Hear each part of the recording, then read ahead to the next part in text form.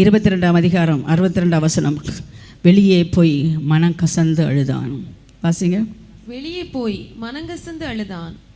இயேசுவை பிடித்து கொண்ட மனுஷர் அவரை பரியாசம் பண்ணி அடித்து அவருடைய கண்களை கட்டி அவருடைய முகத்தில் அறைந்து, உன்னை அடித்தவன் யார்? அதை ஞான திருஷ்டினால் இதை பார்த்தது யாரு? பேதுரு. நீ யாரோட போயிருக்கணும்? ஆண்டவரோட போயிருக்கணும். இப்போ நீ இங்கே என்ன வேலை பண்ணுற? நான் சொல்கிறேங்க, முகமதியனை தொப்பி வச்சா தெரியும் முகமதியன்னு, சீக்கியனையும் அந்த தொப்பி வச்சா தெரியும், ஹிந்து விபூதி அடிச்சுட்டு வெளியே வருவாங்க தெரியும். உன்னை எப்படி தெரியும்? உன்னை பார்த்தாலே தெரியும், உன் மூஞ்சியை பார்த்தாலே தெரியும் நீ கிறிஸ்தவன்னு. கருவாடு கடைக்காரனும் பூக்கடைக்காரனுக்கும் போனால் வெளியே வந்தால் தெரியும்ல. நீ எவ்வளோ தான் சென்ட் அடித்தாலும் கருவாடு வாசனை வரும், பூ வாசனை வரும். சாரோனி ரோஜாவோட நீ ஒரு நாள் இருந்தால் போதும், அந்த வாசனை தெரியுங்க. நீ எவ்வளவுதான் உன்னை மறைக்கணும்னு நினச்சாலும் உன் முகத்தில் இருக்குங்க. நீ ஒரு நாள் கத்தர் பிள்ளையாக இருந்தால் போதும், அது தெரியுங்க. வாரம் ஏர்போர்ட்டில் நீ இப்போ என்ன பார்த்து ஜெபம் பண்ணுவீங்களான்னு கேட்பாங்க. நான் ஜெபம் பண்ண உனக்கு எப்படி தெரியும்? உங்களை பார்த்தாலே தெரியுதுங்க நீங்கள் ஜெபம் பண்ணுவீங்கன்னு. பார்த்தாலே தெரியுதுங்க. மறைக்க முடியாதுங்க. உள்ளத்தில் இருக்க இயேசுவை மறைக்கவே முடியாதுங்க. அந்த முகத்தில் அப்படியே தெரியுங்க. என்னை கேட்டுக்கொண்டு கத்தடைய பிள்ளைய அவன் மனக்கசந்து அழுதான். பேதுருவே, எங்கே நீ இழந்த? உட்காராத இடத்துல உட்கார்ந்தே இல்லை, அங்கே தான் என் கோடாரியின் தலையை நான் இழந்து விட்டேன். சொல்லு எங்கே விட்டேன்னு சொல்லு, நான் உனக்கு திரும்பவும் தாரேன். அவன் மனம் கசந்து அழுவான். கர்த்தர் அவரை மன்னிப்பார், திரும்பி பார்ப்பார், அந்த பார்வையிலே ஒரு ரட்சிப்பை அவனுக்கு கொடுப்பார். நீ ஏதோ ஆண்டர் விட்டு தூரம் போய் உன் வல்லமையை இழந்து, உன் ஜெப ஜீவத்தை இழந்து, எல்லாத்தையும் இழந்து நீ உட்கார்ந்துருக்கீங்களே, கிடைக்குமா? மறுபடியும் எனக்கு ஒரு நம்பிக்கை இருக்கிறதா? நம்பிக்கை இல்லாதிருந்து நம்பிக்கை அருளுகிற தேவன் இன்றைக்கி வந்திருக்கிறாரு. காட்டு எங்கே போட்ட உன் கோடாலிகத்தால் எங்கே போச்சு? இன்னும் ஒன்று யோனா. ஆண்டவர் சொல்வார், நீ நினிவேக்கு போ. நான் போக முடியாது, அங்கே போனால் அடிச்சிடுவாங்க. அது நார்த் இந்தியா, நான் போக முடியாது. குஜராத் நான் போக முடியாது. மத்திய பிரதேசம் நான் போக முடியாது. நான் வேணால் சென்னையில் இருக்கேன், அதோட கன்னியாகுமரி மாவட்டத்தில் நான் இருக்கிறேன். நான் சொல்கிற இடத்துக்கு நீ போ. அவன் வேறு ஊருக்கு போயிட்டான், தர்சீஸுக்கு போயிட்டான். அழைப்பினுடைய ஷார்ப்னஸை இழந்துட்டான். ஆண்டவர் அழைத்த அழைப்பினுடைய அந்த வல்லமை அவன் இழந்துட்டான். நேர யோனா அடித்தளம், கப்பல் அடித்தளத்தை போய் தூங்குவான். சில வேளை கத்தரை விட்டு போகிறவங்க நல்லா தூங்குவாங்க. ஆண்டவர் தூங்க விட மாட்டார். மற்றவனை வச்சு எழுப்புவார், புறஜாதிகளை வச்சு எழுப்புவார். சிலவே நீங்கள் பார்த்துருக்கீங்கள, காலை 4 மணிக்கு தூங்க சமயம் அல்லான்னு ஒரு சத்தம் கேட்கும். ஐயோ, இந்த நேரம் பார்த்து ஒரு சத்தம் கேட்குதே, எழுப்புவாங்க. இன்னொரு சத்தம் கேட்கும், அதை சொல்ல மாட்டேன். ஒரு சத்தம் கேட்கும், இவ்வளோ சத்தம் எழுப்புறாங்க. நீ எழுப்பாட்ட அவங்க எழுப்புவாங்க, உடனே எழுப்புவாங்க. என்னை கேட்டுக்கொண்டு கத்தடைய பிள்ளைய அவங்க வந்து எழுப்புனாங்க. நீ யாரு? நீ தூங்கி கொண்டிருக்கிற. நாங்கள் எல்லாம் எங்கள் தேவனை கூப்பிடுகிறோம். இந்தியாவில் சீக்கியர்கள், முகமதியர்கள், இந்துக்கள் கடவுளை கூப்பிட்டுட்டே இருக்காங்க. உண்மையாய் கூப்பிட வேண்டிய உண்மையான தேவனை சேவிக்கிற ஜனம் அடித்தளத்தில் தூங்குறது. ஏன் இந்த பெரிய கொந்தளிப்பு? சீட்டு போடுவோமா? அது யோனா பேரில் விழுந்தது. என் மேலே கோவப்படாதீங்க. உங்கள் வீட்டுக்கு கொந்தளிப்பில் சீட்டு போட்டு உங்கள் பேர் தான் வரும். நீங்கள் தான் திசை மாறுகிற தீர்க்கதரிசி. உன் பேரில் தான் சீட்டு விழும். மற்ற யாரையும் குற்றப்படுத்தாதீங்க, உங்கள் பேரில் தான் சீட்டு விழும். நீ யார்? நாங்கள் என்ன பண்ண? இந்த பெரிய பாதகத்தை செஞ்சிட்டியே. ஆண்டவரை விட்டு ஓடி போகிறவன்னா இப்போ நான் உங்களுக்கு சொல்கிறேன், என்ன தூக்கி கடலில் போட்டுருங்க. தற்கொலையின் ஆவியை வந்துட்டு அவருக்கு பாதையை மாறி போகும் மக்களுக்கு வருகிற தற்கொலையின் ஆவி தான். ஏன்னா அவருடைய பிரசன்னை இல்லை. தேவ பிரசன்னத்தை இழக்கிறாங்க. தூக்கி போடுங்க, கடலில் தூக்கி போடுங்க. கர்த்தர் விட்டாரா? இல்லைங்க. ஒரு மீனுக்கு கட்டளை இட்டார். அந்த மீனை பார்த்து சொன்னால் 90 டிகிரி நீ வாய் திறக்கணும். சின்னதாக வாய் திறந்தா இவனை கிழிச்சு போட்டுரும். அப்புறம் ஃபாஸ்டிங் ப்ரேயர். மீனே 3 நாள் ஃபாஸ்டிங் ப்ரேயர். திசை மாறி போகும் தீர்க்கதரிசிக்காக நான் சாப்பிடக்கூடாதா? அப்படி துமிங்கலம் கேட்டுச்சா? அது ஆண்டோட பிளானுக்கு ஆமேன்னு சொல்லிச்சு. யோனா உள்ளே போயிட்டார்.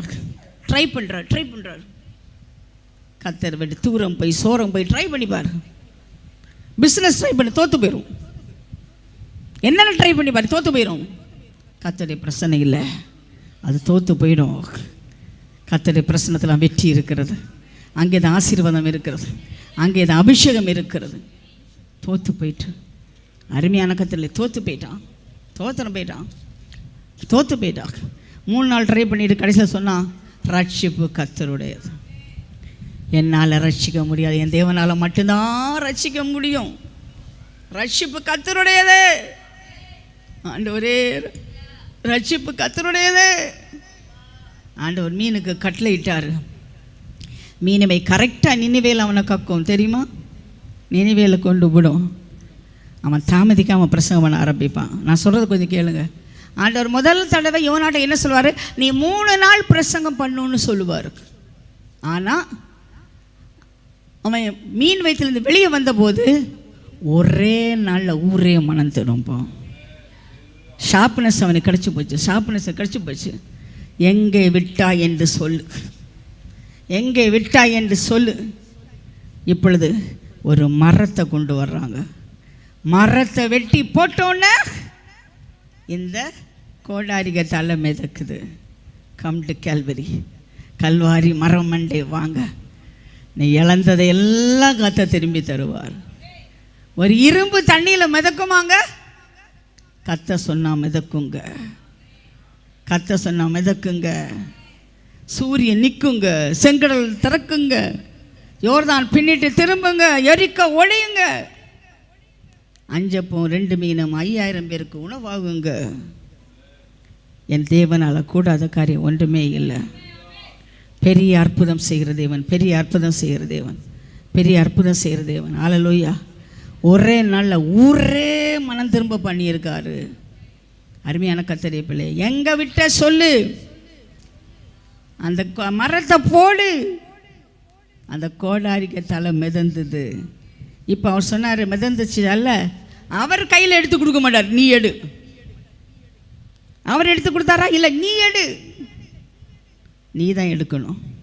உன் ஆசீர்வாதத்தை நீ தான் எடுக்கணும். என்னை கேட்டுக்கொண்டிரு கர்த்தருடைய பிள்ளையா, உன்னோடு கர்த்தர் இருக்கிறார். அவர் இழந்தவற்றை திரும்பி தருகிற தேவன். அது மட்டுமல்ல, அந்த கோடாரிக்கு தலை கிடச்சோன்னே மறுபடியும் அவங்க வெட்டினாங்க, மறுபடியும் அவங்க கட்டினாங்க, மறுபடியும் ஆராதனை செலுத்தினாங்க. என் சபையை நான் கட்டுவேன், என்னோட சேர்ந்து நீ கட்டுவியான்னு கர்த்தர் கேட்குறார். ஹல்லேலூயா, ஹல்லேலூயா. கர்த்தருடைய ஆலயம் பாழாய் கிடக்கும் பொழுது, மச்சுப்பாவு போடப்பட்ட வீடுகளில் நீங்கள் எப்படிங்க ஓடி போக முடியும்? ஆலயத்தை கட்டுவோம் வாருங்கள், அதன் மேல் கர்த்தர் பிரியமாக இருப்பார். உன்னை ஆசீர்வதிப்பது மட்டுமல்ல, உன்னை பெரிய சாதியாக்கி பேரை பெருமைப்படுத்துவார். நாம் கண்களை முடிச்சோம் பண்ணுவோம். நம்ம ஜெபிக்க போகிறோம். கொஞ்ச நேரம் நம்ம ஜெபிக்க போகிறோம். ஹல்லேலூயா. நம்ம ஜெபிக்க போகிறோம். ஆண்டவரே, உம்முடைய ஆலயம் பாழாய் கிடக்கும் பொழுது, மச்சுப்பாவு போடப்பட்ட வீட்டில் நான் இருக்கிறதுக்கு இது காலம் இல்லைப்பா, இது காலம் இல்லை. ஆண்டவரே, உம்முடைய சமூகத்தில் நான் வர்றேன் அப்பா. ஆலயத்தை கட்டுவது அதுதான் எனக்கு சந்தோஷம். உம்மோடு இருப்பதுதான் எனக்கு பிரியம். உம்மை போல் மாறுவதுதான் எனக்கு பிரியம்.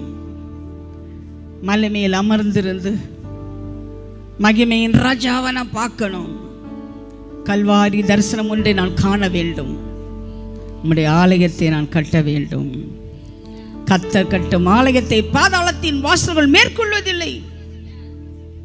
கர்த்தர் யாருக்காக வருகிறார்? மணவாட்டி சபைக்காக வருகிறார். மணவாட்டி தன்னை அலங்கரித்து கொண்டாள். சுத்தமும் பிரகாசமான வஸ்திரம் அவளுக்கு கொடுக்கப்பட்டிருக்கிறது. மணவாளன் வரும் காலமாச்சு. சபையே, நீ ஆயத்தப்படு, ஆயத்தப்படு.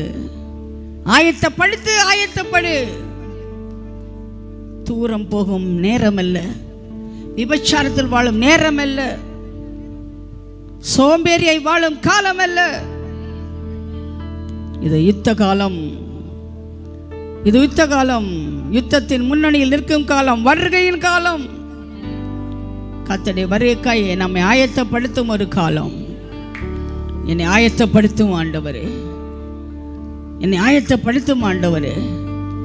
உன் பின்னால் சென்று நான் ஊழியம் செய்வேன், உமக்காக நான் வாழ்வேன். என்னை நான் தருகிறேன் ஆண்டவரே. முற்றிலுமாய் படைக்கிறேன், முற்றிலுமாய் படைக்கிறேன். என்னை நான் தருகிறேன் ஆண்டவரே.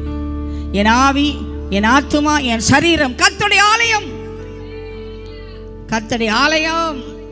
ஆலயத்துக்கு போ என்று சொன்னபோது என் உள்ளம் மகிழ்ச்சி கொண்டது, என் மகிழ்ச்சி மகிழ்ந்தது. ஆலயத்தின் சம்பூர்ணத்தினாலே கர்த்தர் உன்னை நிரப்புகிறார். கோடாரி, விழுந்த கோடாரி திரும்பவும் கிடைத்தது. மரத்தை வெட்டினார்கள், ஆலயத்தை கட்டினார்கள். அதிலே கர்த்தருடைய மகிமை வெளிப்பட்டது. நீ கட்டுறதுல கர்த்தர் மகிமைப்படுவார். உன்னுடைய வாழ்க்கையிலுக்கு ஆண்டவர் மகிமைப்படுவார். நீயே ஆலயம், நீயே ஆலயம். உன்னை கட்டு, உன்னை கட்டு, உன்னை கட்டு. உன் ஜெப வாழ்க்கையை கட்டு, உன்னுடைய ஆராதனை வாழ்க்கையை கட்டு, உன்னுடைய அபிஷேக வாழ்க்கையை கட்டு, உன்னுடைய ஊழிய வாழ்க்கையை கட்டு. கர்த்தருடைய வருகைக்காய் நீ ஆயத்தப்படு, ஆயத்தப்படு. ஆயத்தம் அதுக்குள் எடுத்துக்கொள்ளப்படுவார்கள். மற்றவர்கள் கைவிடப்படுவார்கள். கைவிடப்படும் கூட்டத்தில் அல்ல, உத்தம உண்மை உள்ள ஊழியக்காரியே, என் சந்தோஷத்துக்குள் பிரவேசி என்று ஆண்டவர் சொல்லும் அந்த கூட்டத்திலே நிற்க வேண்டும். நீ நான் நிற்க வேண்டும் ஆண்டவரே.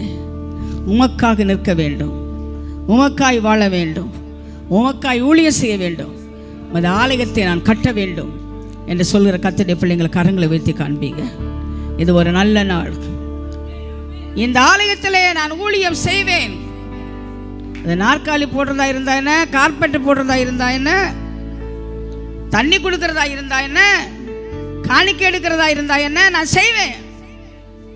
நான் பாஸ்டர்கிட்ட ஓடி போய் கேட்பேன், எனக்கு ஏதாவது செய்யுங்க, நான் ஏதாவது செய்யணும், நீங்கள் ரெஜிஸ்டர் பண்ணணும், இன்னைக்கு ரெஜிஸ்டர் பண்ணணும். இந்த ஆலயத்தில் என் பங்கு என்ன, நான் என்ன செய்ய போகிறேன் இந்த ஆலயத்துக்காக. ஆலயம் பாழாய் கிடக்கக்கூடாது. மச்சு பாவு போடப்பட்ட வீட்டுக்கு நான் ஓடி போகக்கூடாது. நான் இங்கே தங்கி வாசம் பண்ணுவேன். என் ஆண்டவருக்காக எதையாயிலும் செய்வேன். அல்லேலூயா, அல்லேலூயா.